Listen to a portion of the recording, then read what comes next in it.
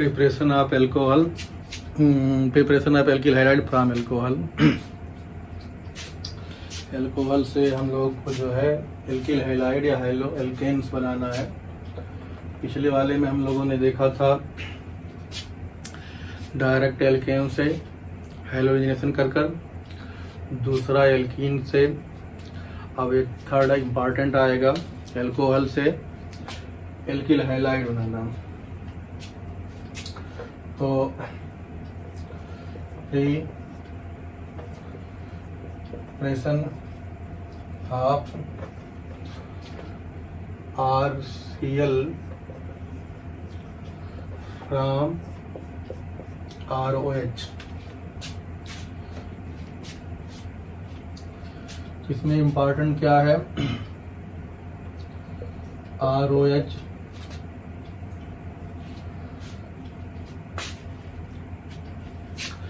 पहला, इसमें अगर हमारे पास concentrate HCl plus anhydrous ZnCl2 हो, दूसरा POCl2 हो,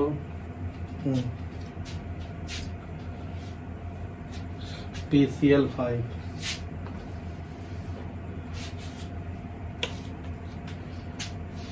PCl5 हो, तीसरा PCl3 हो, चौथा SOCl2 हो। तो ये चार टाइप की रिएक्शन पढ़नी है। चारों एल्कोहल से मेन प्रोडक्ट जो देंगे वो हमारे पास क्या होगा? मेजर प्रोडक्ट नहीं, main product. Main organic product जो आएगा वो आएगा RCl। बैलेंस केमिकल इक्वेशन जो लिखनी होगी तो हम लोग लिखेंगे, लेकिन मेन ऑर्गेनिक प्रोडक्ट जो आएगा वो क्या आएगा? चारों से RCl आएगा। अब RCl बनाने का हमारा क्या है? मोटिव है। इतनी चीज को हम लोग जो है अलग से एक नाम जानते हैं, नाम से इसको इसे कहते हैं हम लुकास रीजेंट, जो एल्कोहल वाले चैप्टर में डिटेल में पढ़ा जाएगा। PCl5, PCl3, SOCl2, ये चारों बच रहे हैं। तीन पता ही है क्या है क्या नहीं है, तो बारी बारी से एक एक की पढ़ेंगे और एक एक की जो है मैकेनिज्म हल्की फुल्की देखते हैं। तो सबसे पहले हम लोग को जो पढ़ना होगा वो होगा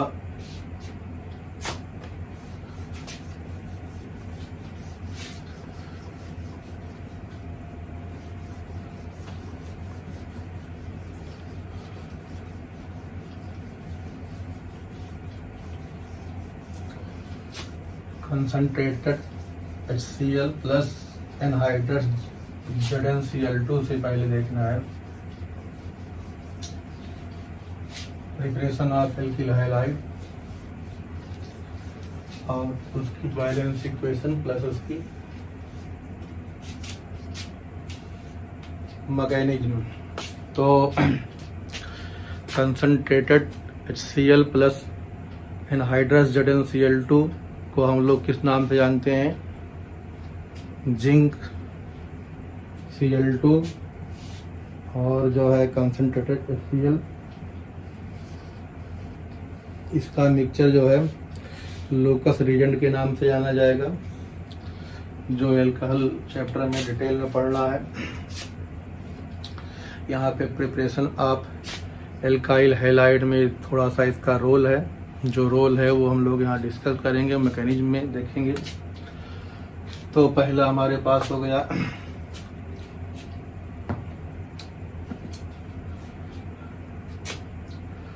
तो पहले कौन सा देखना हमें?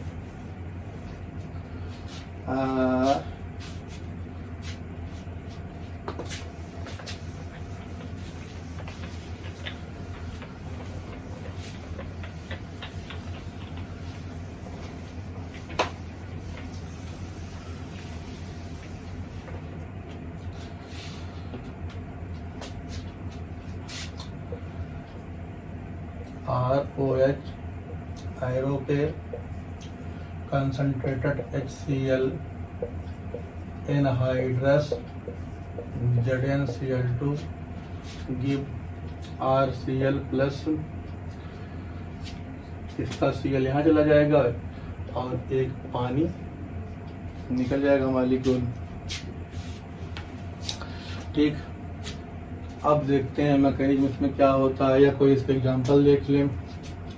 तो मान लिया C3CH2OH है, कौन सा हमारे पास कंसंट्रेटेड HCl हो गया और एनहाइड्रस ZnCl2 आ गया। तो हमारे पास यहाँ क्या मिल जाएगा CH3 CH2 और Cl प्लस H2O बैलेंस है, देख लेते हैं। 5 उधर 5 इधर, एक Cl और जो है H2O ZnCl2 अलग रहेगा। तो ये हमारे पास इस तरह से जो है एक स्टेप हो जाएगा डायरेक्ट।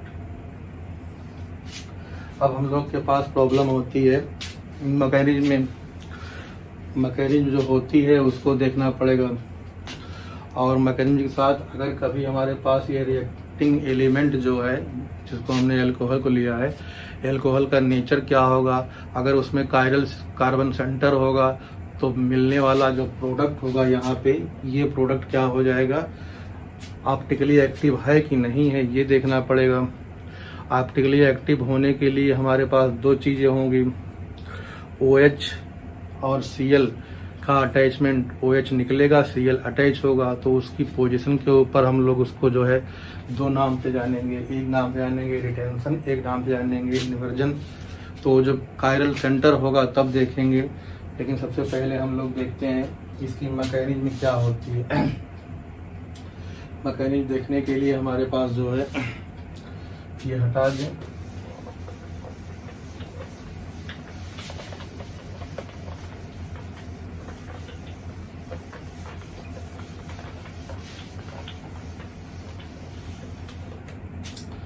जब ये हटाएंगे तो हमारे पास जो है मैकेनिज्म में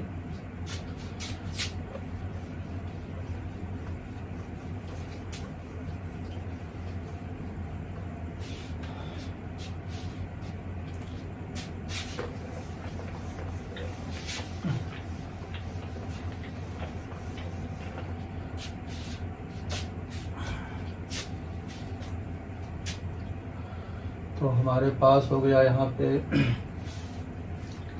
ROH। ROH में R जो होता है एल्काइल ग्रुप होता है और O जो होता है हाईली इलेक्ट्रोनेगेटिव एलिमेंट होता है। H के बारे में पता है। O में जो होता है 2 लोन पेयर होता है। सब कुछ खेल लोन पेयर से ही शुरू होता है, इसलिए उसका जो है बैकग्राउंड स्ट्रक्चर जानना जरूरी होता है। तो ROH प्लस ZnCl2। Zn का खेल क्या है, Zn जो होता है ये इलेक्ट्रॉन की सर्च में होता है और O जो होता है लोन पेयर रखे हुए होता है। तो इस लोन पेयर को यहाँ पे ट्रांसफर करने के लिए जो है तैयार रहेगा। तो जैसे OH का O से इलेक्ट्रॉन Zn की तरफ बढ़ेगा तो Zn हमारे पास क्या हो जाएगा, हल्का स्लाइटली सा निगेटिव या निगेटिव की तरह बिहेव करने लगेगा। और हमारे पास जो रिजल्ट आएगा R तो ऐसे ही रहेगा, O इसके साथ H लगा ही था, वो भी लगा रहेगा। अब जब इसका इलेक्ट्रॉन चला जाएगा तो अब हमारे पास 2 बॉन्ड इसके बन गए, लेकिन इसको जोड़ने के लिए जब आएगा तो इसके प्लस चार्ज क्रिएट कर देगा और ZnCl2 हो जाएगा। Zn के ऊपर जो होता है हमारे पास 3 वैलेंसी Zn की दिखाई पड़ रही है, जिसके ऊपर एक नेगेटिव आ जाएगा।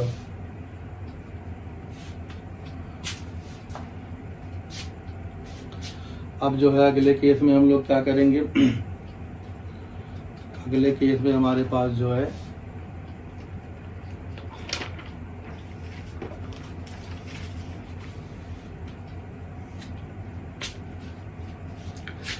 कुछ रीअरेंजमेंट होगा।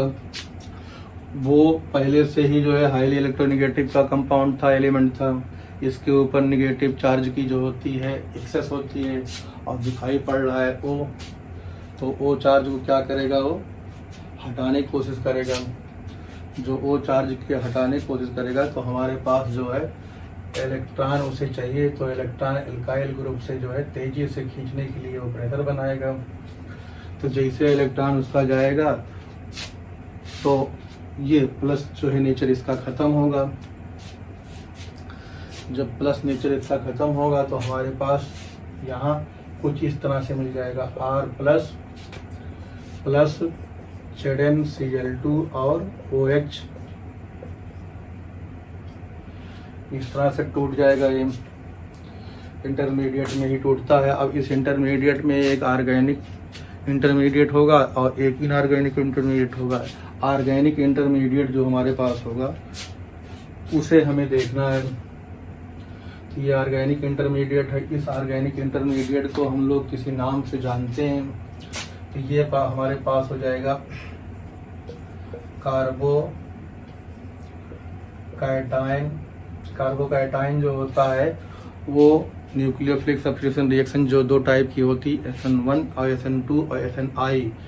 तो SN1 के लिए क्या होता है, फेवरेबल होता है। तो ये फेवरेट किसकी तरफ भागेगा, फेवरेबल, या leads to SN1 nucleophilic substitution. Carbocation ion जिसमें फॉर्म्ड होगा उस रिएक्शन में SN1 nucleophilic substitution of order 1 होगा। और अब यहाँ पे हमारे पास RA हो गया। अब काम होगा हमारे पास, अगला जो आएगा काम वो HCl का रोल स्टार्ट हो जाएगा। HCl हमारे पास कहीं पड़ा होगा यहाँ बगल में। HCl जो है दो पार्ट में ब्रेक होगा, H पॉजिटिव और Cl निगेटिव में।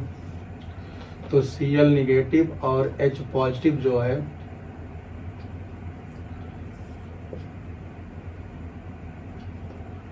दोनों हमारे पास जो है सॉल्यूशन के आसपास मिलेंगे। तो Cl जो है हमारे पास इसके ऊपर अटैक कर देगा और H जो है यहाँ से आएगा। तो ZnCl2OH। तो Zn जो होता है इस निगेटिव से छूट पाने के लिए या इसको अवॉइड करने के लिए लाख कोशिश कर रहा होगा। तो इस निगेटिव को इसको देगा, यहाँ से टूट के H2O पानी बना देगा और ये Cl इससे जुड़ जाएगा। तो हमारे पास RCl प्लस H2O बन जाएगा और ZnCl2 एज रिएक्टेंट जहाँ से हमने लिया था वैसे यहाँ पे इंटैक्ट बाहर निकल जाएगा। तो ये पूरी प्रोसेस हो जाएगी। SN1 रिएक्शन होती है, कार्बोकैटायन बनता है और हमारे पास जो है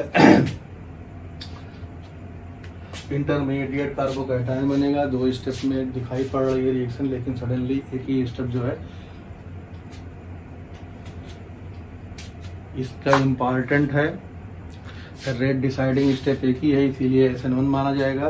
अब इसमें अगर हमारे पास सिंपल ये हो, चिरल सेंटर वाला कायरल सेंटर इसमें ना हो तो हमारे पास ये रिएक्शन हो जाती है। अगर हमारे पास कार्बन जो है वो कार्बन अगर कायरल है तो हमारे पास जो है सब कुछ चेंज हो जाएगा। जब चेंज हो जाएगा तो उसके लिए हमें देखना पड़ता है। तो एक जो होता है कार्बोकैटायन की एक स्पेशलिटी होती है। तो कार्बोकैटायन जो होता है, कार्बोकैटायन में तीन जो हमारे पास अटैचमेंट कार्बन के होते हैं। यहाँ पे हमारे पास कुछ लगा हो, यहाँ पे कुछ लगा हो, यहाँ पे कुछ लगा हो। मान लिया हमारे पास यहाँ पे A1, यहाँ पे A2, यहाँ पे A3। A1, A2, A3 चाहे एक लगे हों चाहे कई लगे हों, सेम हो या डिफरेंट हो, जो भी हो, लेकिन हमारे पास अगर ये कार्बोकैटायन बना हुआ है तो ये तीनों एक प्लेन में होंगे। और इस प्लेन में जो ये हमें पी ऑर्बिटल कार्बन का ऊपर दिखाई पड़ रहा है और एक जो नीचे दिखाई पड़ रहा है, इस तरह से हमारे पास जो है स्पेसीज जो अटैक करेगी इस कार्बोकैटायन पर उसके लिए जगह होती है। या तो कोई यहाँ आके चिपकेगा या तो यहाँ आके चिपकेगा। तो मान लिया हमारे पास जो है इस तरह से कोई जो है प्लेन है, प्लेन में या तो एक वेकेंट पी ऑर्बिटल इधर होगा, एक इधर होगा।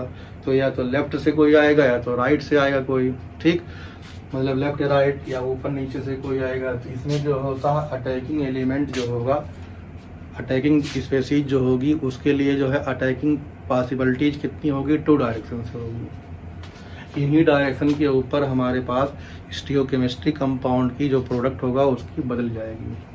अगर हमारे पास ये कार्बन ये ग्रुप जो होगा ऐसा कायरल सेंटर वाला हो जो ऑप्टिकली एक्टिव के लिए जो है रिस्पॉन्सिबल हो, तो ये रोल शुरू हो जाएगा। तो उसके लिए हम लोग जो है देख लेते हैं क्या है क्या नहीं है। तो ऐसा कोई कार्बन ले लें,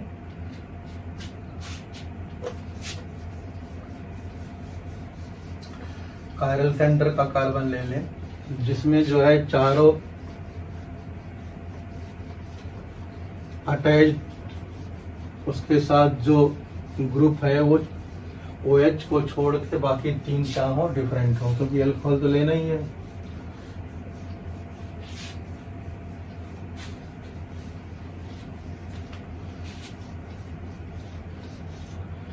तो जो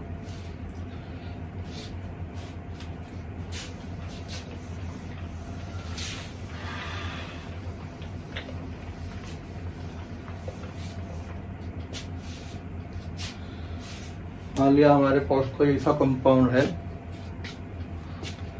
जिसमें हम लोग देख रहे हैं ऑप्टिकली एक्टिविटी के लिए जो रिजल्टेंट प्रोडक्ट होगा उसका नेचर क्या होता है। तो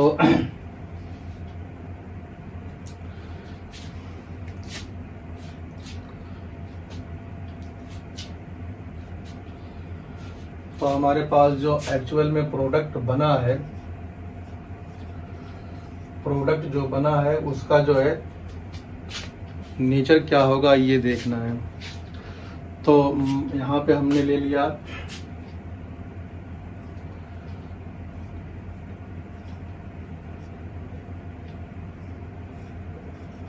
कोई इस तरह से कोई कंपाउंड ले लिया, कायरल सेंटर वाला। क्या ले लिया हमने, कायरल सेंटर वाला ले लिया।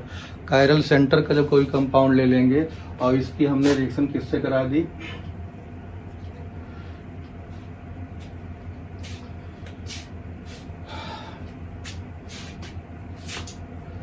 HCl से रिएक्शन हमने करा दी इन प्रेजेंस ऑफ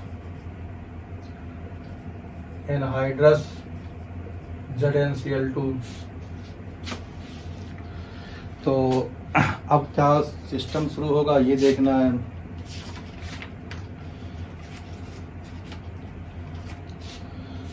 अब जो हमारे पास यहाँ से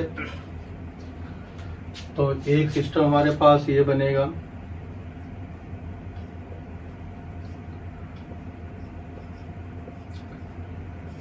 यहाँ पे CH3 होगा, यहाँ पे H होगा, यहाँ पे Cl हो जाएगा। और एक दूसरा हमारे पास बनेगा, Cl यहाँ पे हो जाएगा, C यहाँ रहेगा, CH3 यहाँ रहेगा और H यहाँ रहेगा। तो हमारे पास 2 कंपाउंड इस तरह से बन जाएंगे। अब इसमें कीवर्ड क्या है देखो,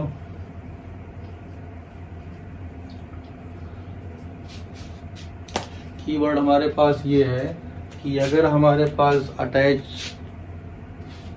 स्पेसीज या attached group negative part nucleophile जो OH हटाने के बाद अटैकिंग न्यूक्लियोफाइल आता है, वो कहाँ पे अटैच्ड हुआ है, किस स्टीरियोमेट्रिक सिस्टम में अटैच हुआ है। तो जिस पोजीशन पे OH था उसी पोजीशन पे अगर Cl अटैच होता है, उसी पोजीशन पे अगर Cl अटैच होता है, तो इस कंडीशन में बने हुए कंपाउंड को हम लोग कहते हैं रिटेंशन। तो ऑब्वियस है वो कंपाउंड जिसमें OH के प्लेस पे Cl अटैच हो, वो कंपाउंड क्या होगा, ऑप्टिकल एक्टिविटी के सेंस में रिटेंशन कंपाउंड कहलाएगा। और दूसरा वाला कंपाउंड जो बनेगा OH के अपोजिट साइड जो है Cl को क्या करेगा, अटैच कराएगा, इसे कहेंगे इन्वर्जन। अब ये भारी भरकम टर्म जो होते हैं इनसे ज़्यादा परेशान होने की ज़रूरत नहीं है, बस इतना ही खाली इसमें सोचना है कि अगर कभी कंपाउंड के बारे में हमारे पास ये आइडिया लगाना पड़े कि जो फार्म्ड कंपाउंड हुआ है वो ऑप्टिकली एक्टिव अगर है तो क्या होगा, इसमें मिक्सचर क्या होगा, अपने आप खुद क्या करेगा, उसका काउंटर पार्ट क्या करेगा, तो ये देखना है। तो अगर मान लिया ये दोनों कंपाउंड ऑप्टिकली एक्टिव हैं तो अगर प्लेन को लाइट इनसे पास होगी तो कोई क्लॉकवाइज और कोई एंटी क्लॉकवाइज लाइट को क्या करेगी, रोटेट करेगी। ऐसी इसकी प्रॉपर्टी होती है।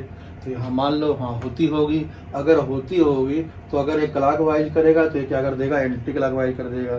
तो जो ये प्रॉपर्टी दिखाया इसका क्या कर देगा, रिवर्स इफेक्ट दिखा देगा। तो ये कंबाइंड सॉल्यूशन मिलेगा हमारे पास, वो जो मिक्सचर मिलेगा वो रेसमिक मिक्सचर मिलेगा। क्या मिलेगा, ये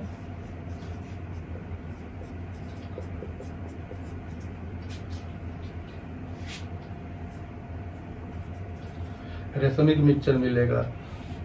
तो whenever a chiral alcohol react with concentrated HCl in presence of anhydrous ZnCl2, the compound formed is optically inactive and it is defined as racemic mixture. In racemic mixture, two compounds formed, one compound in which Cl attached on the position on the same side of OH is known as retention compound. Other compound in which Cl attached to the opposite of OH is defined as known as inversion. ये तभी होगा जब हमारे पास ये क्या होगा, chiral carbon वाला कंपाउंड होगा।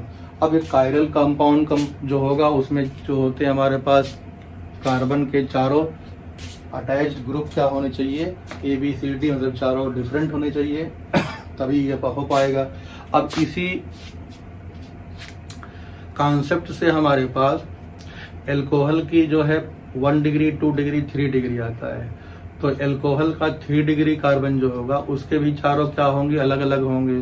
2 डिग्री क्या होगा, उसके 2 सेम हो सकते हैं और 2 डिफरेंट हो सकते हैं। 1 डिग्री में तीनों सेम हो सकते हैं। तो हमारे पास एक्टिविटी टुवर्ड्स लुकस रीजन जो होगी सबसे ज़्यादा किसमें होगी, 3 डिग्री अल्कोहल में। तो 3 डिग्री अल्कोहल वाले में जो होता है लुकस रीजन हाईली एक्टिव होता है और विद इन नो टाइम जो होता है ये क्या करता है, रिएक्शन कर देता है। ड्यू टू दिस प्रॉपर्टी, इसी प्रॉपर्टी की वजह से हम लोग जो है लुकास रीजन का एल्कोहल के टेस्ट में यूज करते हैं। 2 डिग्री अल्कोहल में थोड़ा सा जो होता है टाइम लेता है, फिर भी रिएक्शन करता है, लेकिन 3 डिग्री वाले में पहले और दूसरे कंपेयर में लॉन्ग टाइम हो जाता है तो रिएक्शन करता ही नहीं। तो हम लोग जब एल्कोहल वाला चैप्टर पढ़ेंगे तो by help of Lucas reagent 2 degree, 3 degree और 1 डिग्री अल्कोहल को डिस्टिंग्विश कर सकते हैं। तो test of alcohol by the help of Lucas reagent इसलिए पॉसिबल होता है। अब हम लोग के पास जो है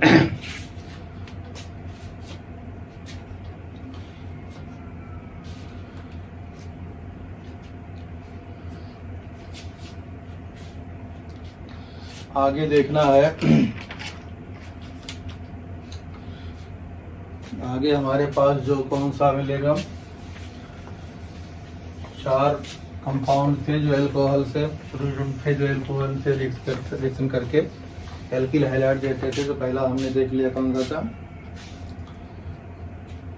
concentrated HCl in presence of anhydrous ZnCl2। अब दूसरा देखेंगे हम लोग PCl5। तो ROH जो है PCl5 से रिएक्शन करेगा तो हमारे पास जो कंपाउंड बनेगा, बैलेंस इक्वेशन भी जरूरी है। तो बैलेंस इक्वेशन में हमारे पास सबसे पहले बन जाएगा RCl प्लस RCl बना, दूसरा हमारे पास क्या बनेगा POCl3 Cl3 और 4 क्लोराइड निकल गया, 1 क्लोराइड बचा और 1 L आ गया, 1 H बचा और 1 Cl, तो 1 HCl यहाँ बन गया। तो इस तरह से हमारे पास जो है बैलेंस इक्वेशन हो गई। इसके ऊपर कोई एग्जांपल ले लेते हैं। C2H5OH प्लस PCl5 क्या देगा ये? C2H5Cl plus POCl3 plus HCl। तो ये बैलेंस इक्वेशन भी इसकी हो गई। इस तरह से चाहो तो एक दो और बना सकते हो, उसमें कोई प्रॉब्लम हमारे पास नहीं है। ठीक, तो हमारे पास ये जो है चीज़ दिखाई पड़ रही है। इतना जो होता है हमारे पास कम से कम आना चाहिए। अब इसमें जो है नोट क्या है? क्या PCl5 जो है मार्केट में किस फेस में आता है, इसका भी जो है कंपाउंड पे फर्क पड़ेगा। तो रिजल्टेंट कंपाउंड जो हमारे पास RCl होगा, इसके ऊपर nature of this compound, nature में क्या हो सकता है? या तो ये गैस हो सकता है या तो ये सॉलिड हो सकता है, लिक्विड तो होगा नहीं। तो गैस और लिक्विड होने से, गैस और सॉलिड होने से फाइनल ऑर्गेनिक प्रोडक्ट के ऊपर कोई असर नहीं होगा, लेकिन इनऑर्गेनिक कंपाउंड और स्टीरियोमेट्रिक कंडीशंस जो होगी वो चेंज होगी हमारे पास। अब इसमें जो है ये दो शेप में या दो फॉर्म में मिलता है, या तो गैस मिलता है या तो क्या मिलता है? सॉलिड मिलता है। गैस लिखा हो यहाँ पे गैसियस फॉर्म, या ना लिखा हो तो हम लोग गैस मानेंगे। चिल्ला के एस लिखा हो तो हम सॉलिड मानेंगे। ठीक, अब दोनों हमारे पास किस तरह से रिप्रेजेंट होता है ये एग्जाम में या क्वेश्चन पूछने वाले के ऊपर डिपेंड करता है। लेकिन अगर कुछ नहीं लिखा है तो हमें क्या करना पड़ेगा? इसे एज्यूम करना पड़ेगा कि ये गैसियस फॉर्म में है, तो हम लोग के पास गैसियस वाली जो मैकेनिज्म होती है वो समझनी पड़ेगी। गैसियस मैकेनिज्म में हमें मेनली ये देखना है कि ये इन्वर्जन या इंटेंशन रिटेंशन किस शेप को जो है क्रिएट करती है या सपोर्ट करती है। ठीक, और सॉलिड शेप फेस वाले को उसमें रिटेंशन होता है कि इन्वर्जन होता है, ये देखना होता है। और बनने वाला जो न्यूक्लियोफिलिक सब्स्टिट्यूशन के बाद कंपाउंड बनेगा वो SN1 होगा, SN2 होगा या दोनों नहीं होगा, कोई तीसरा होगा, ये देखना होता है। यही इसके 3-4 कीवर्ड होते हैं जो हमें मैकेनिज्म से ही मालूम होगा। रटने से कोई इसमें जो है मिलना नहीं है कुछ। हाँ, मैकेनिज्म जिसको छोड़नी हो वो यहाँ तक बैलेंस इक्वेशन देख सकता है। फिजिकली हमारे पास जो है इतना ही आएगा, गैस ही रहता है, ये बहुत कम आता है। लेकिन अगर आ गया तो क्या होगा इसके लिए देखना पड़ेगा। अब इसकी जो पोस्टमार्टम हम लोग करना शुरू करेंगे, तो पोस्टमार्टम करने से पहले इसको हम हटा दें।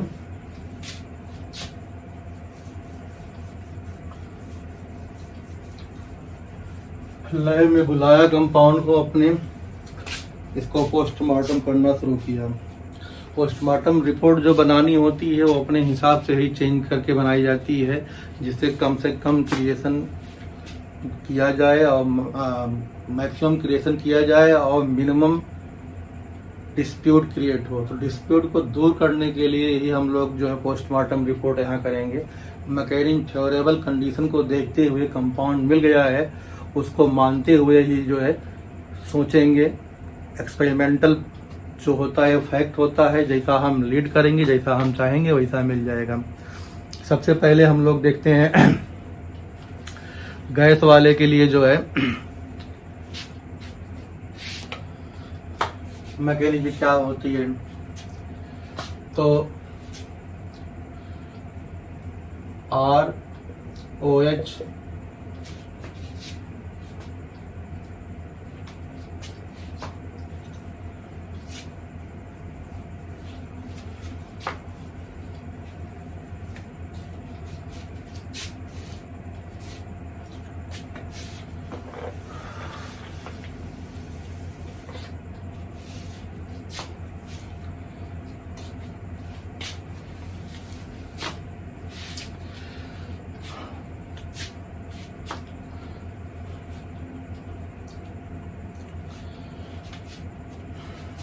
PCl5 P Cl Cl Cl Cl Cl 5 chloride से लगा दिए। अब हमारे पास जो है ROH में वो कंपाउंड जो है लोन पेयर रखे हुए है, उसका लोन पेयर तुरंत जो है फास्फोरस के लिए जो है फ्रूटफुल होगा, फास्फोरस अपनी तरफ अट्रैक्ट करना चाहेगा। तो ये दोनों इलेक्ट्रॉन इसकी तरफ भागने की कोशिश करेंगे।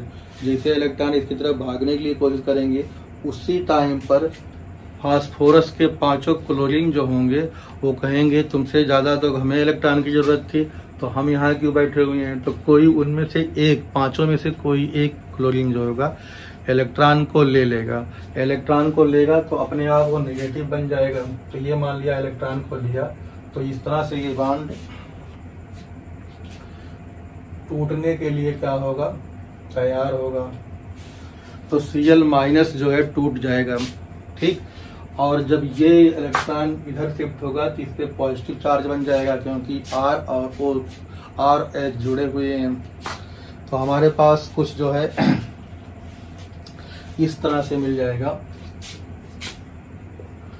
R ऐसे रहेगा, O पे प्लस बॉन्ड बन जाएगा, यहाँ पे H रहेगा, यहाँ पे हमारे पास जो है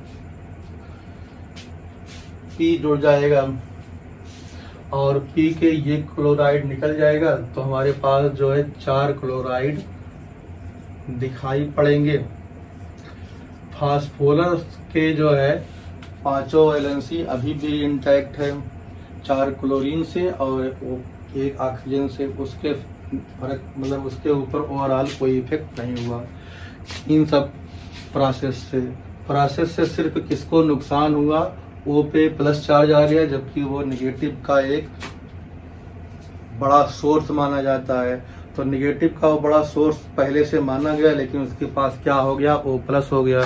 तो वो इस दुविधा से बचने के लिए कोई ना कोई जो है एक्टिविटी अंदर ही अंदर करना शुरू कर देगा। तो उसे 2 दिखाई पड़ेंगे जो इलेक्ट्रॉन दे सकते हैं। तो यहाँ अभी सबसे पहले हमने बताया कि उस फेवरेबल रिपोर्ट को हम तैयार करते हैं मैकेनिज्म में, जो यील्ड ऑफ कंपाउंड या कंपाउंड को जो है ज़्यादा से ज़्यादा जो है प्रोडक्शन दिखाए और मिनिमम डिस्प्यूट क्रिएट करे।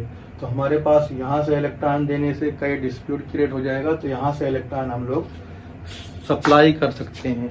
तो यहाँ से हाइड्रोजन का इलेक्ट्रॉन जो है यहाँ पे जाएगा। जो हाइड्रोजन इलेक्ट्रॉन देगा तो हाइड्रोजन हमारे पास जो है फ्री हो जाएगा। जैसे हाइड्रोजन फ्री होगा वैसे जो है क्लोरीन हमारे पास जो ये बाहर टहल रहा था इससे मिलके एक कंपाउंड बना देगा। तो -HCl हमारे पास जो है बाहर निकल जाएगा। और जब इसको नेगेटिव चार्ज यहाँ से मिलेगा तो ये प्लस चार्ज क्या हो जाएगा, न्यूट्रलाइज हो जाएगा। तो हमारे पास कुछ स्ट्रक्चर इस तरह से दिखाई पड़ेगा। लोन पेयर अगेन हो जाएगा, यहाँ P रहेगा। अब 1 Cl 2 Cl 3 Cl और 4 Cl इसके जो है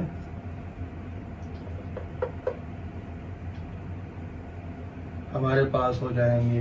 तो सारी जो है मैकेनिज्म यहाँ से शुरू हुई, यहाँ तक आई, जिसमें से एक क्लोरीन क्या हो गया, हमारा कम हो गया।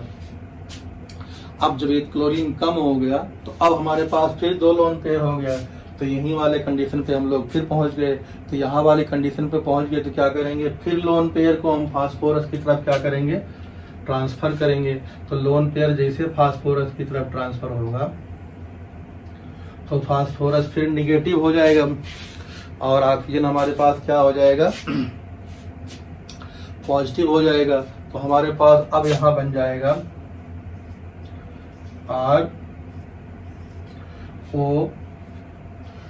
अब जैसे ही हमारे पास इस पे आएगा तो फिर एक क्लोरीन हमारे पास जो यहाँ पहले से रहेगा वो फिर वही चीज कहेगा फिर मैं ज़्यादा सर्च में हूँ इलेक्ट्रॉन के, तो मुझे ज़्यादा इलेक्ट्रॉन की ज़रूरत है, तो मुझे दो। तो इलेक्ट्रॉन उसकी तरफ अपने यहाँ आ जाएगा, फिर एक इलेक्ट्रॉन लेके ये क्लोराइड आयन बना देगा। तो इसके साथ हमारे पास 3 क्लोरीन यहाँ पे रहेंगे और एक बॉन्ड यहाँ से जो फ्री होगा, एक बॉन्ड जो यहाँ फ्री होगा तो हमारे पास O से जो होगा डबल बॉन्ड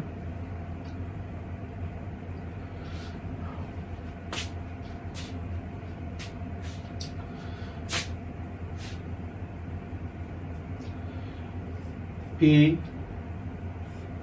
Cl Cl और Cl, इस तरह से हमारे पास जो है अगला स्ट्रक्चर बन जाएगा। P की जो है 5 वैलेंसी अभी भी दिखाई पड़ रही होगी और O की जो है 3 वैलेंसी है, इसलिए उसको प्लस बनाना पड़ा। R के पास हमारे पास जो कुछ पहले से शुरुआत में था वैसे है, कोई चेंज नहीं हुआ। इस तरह पहुंचने के बाद हमें फिर अब कुछ इसमें देखना पड़ेगा। फिर O का जो है नेचर क्या है कि प्लस चार्ज उस पर हो गया है। प्लस चार्ज जो बियर करना अपने आप में जो है बहुत देर तक रखेगा नहीं, कुछ ना कुछ जो है वहाँ पे घटनाएं शुरू हो जाएंगी। अगले ही केस में हमारे पास या अगले ही पर्टिकुलर टाइम पे इस तरह से होगा कि इसे जबरदस्ती जो है निगेटिव चार्ज जो है लेने की कोशिश करेगा इसका इलेक्ट्रॉन। जैसे इलेक्ट्रॉन इसकी तरफ ट्रांसफर होगा, जब इलेक्ट्रॉन ट्रांसफर होगा तो हमारे पास एक्चुअल में क्या बन जाएगा, R प्लस बन जाएगा। क्या बन जाएगा, R प्लस। और ये हमारे पास जो Cl माइनस है वो कंपाउंड में कहीं इधर उधर चिपका होगा, हल्की सी भी हवा चलेगी तो खिसक जाएगा, लेकिन रहेगा उसी के आसपास ही रहेगा। और यहाँ से जो हमारे पास आया है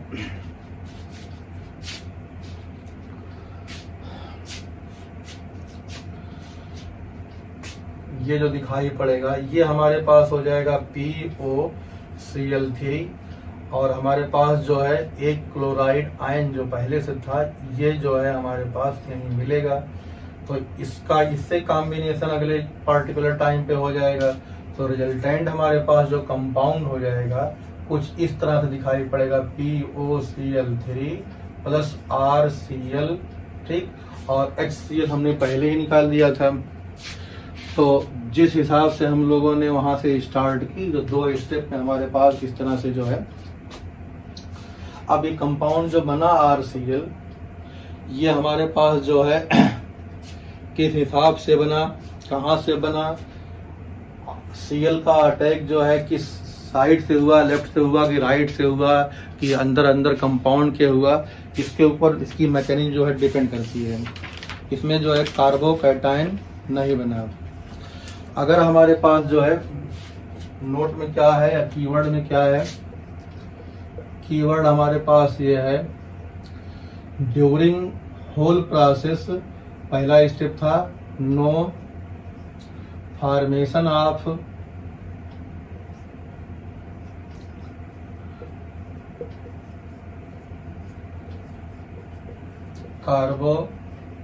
कार्बोकैटायन, कार्बोकैटायन का फॉर्मेशन नहीं हुआ, ठीक। दूसरा काम क्या था, जब कार्बोकैटायन का फॉर्मेशन नहीं हुआ तो SN1 रिएक्शन जो है इसका मतलब क्या हुआ, does not support S1 reaction, nucleophilic substitution जो है फर्स्ट ऑर्डर का ये फेवरेबल कंडीशन नहीं होगी, सपोर्ट नहीं करेगा। तो ठीक दूसरे केस में क्या ये SN1 ना होगी SN2 होगी, ये भी नहीं होगा क्योंकि और स्टेप हमारे पास इसमें ही थे ही नहीं रेट डिसाइडिंग वाले। तो इसमें जो होगा दूसरा इंपॉर्टेंट कीवर्ड होता है, ये हमारे पास SNI रिएक्शन होती है, nucleophilic intramolecular substitution, nucleophilic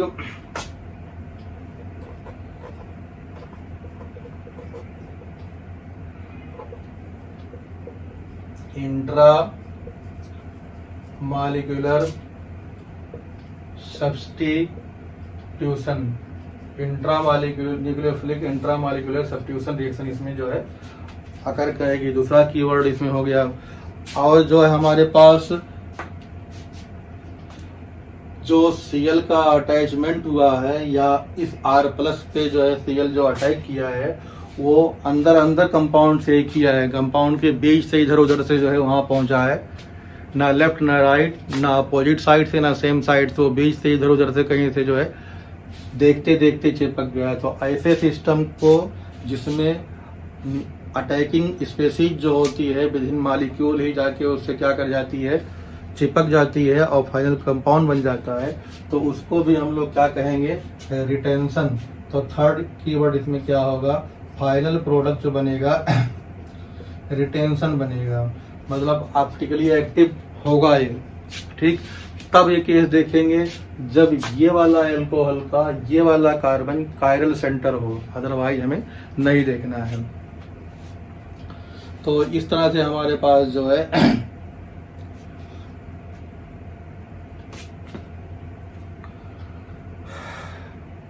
PCl5 जब गैसियस फॉर्म में होता है तो उसकी रिएक्शन के लिए जो होता है मैकेनिज्म जो होती है, फाइनल प्रोडक्ट RCl बनेगा, POCl3 बनेगा, HCl बनेगा। मैकेनिज्म जो होती है उसमें कार्बोकैटायन आयन का फॉर्मेशन नहीं होता है और SNI टाइप की रिएक्शन होती है, और जो है SNI टाइप की रिएक्शन जो होती है वो रिएक्शन होती है कि अटैकिंग स्पेसीज जो होती है कंपाउंड के अंदर से ही जाके R+ या कार्बोकैटायन जो हमारे पास दिखाई पड़ेगा R+ पे क्या कर देती है, उसी टाइम पे अटैक कर देती है, उसको अलग नहीं होने देता। ठीक, अब हमारे पास जो है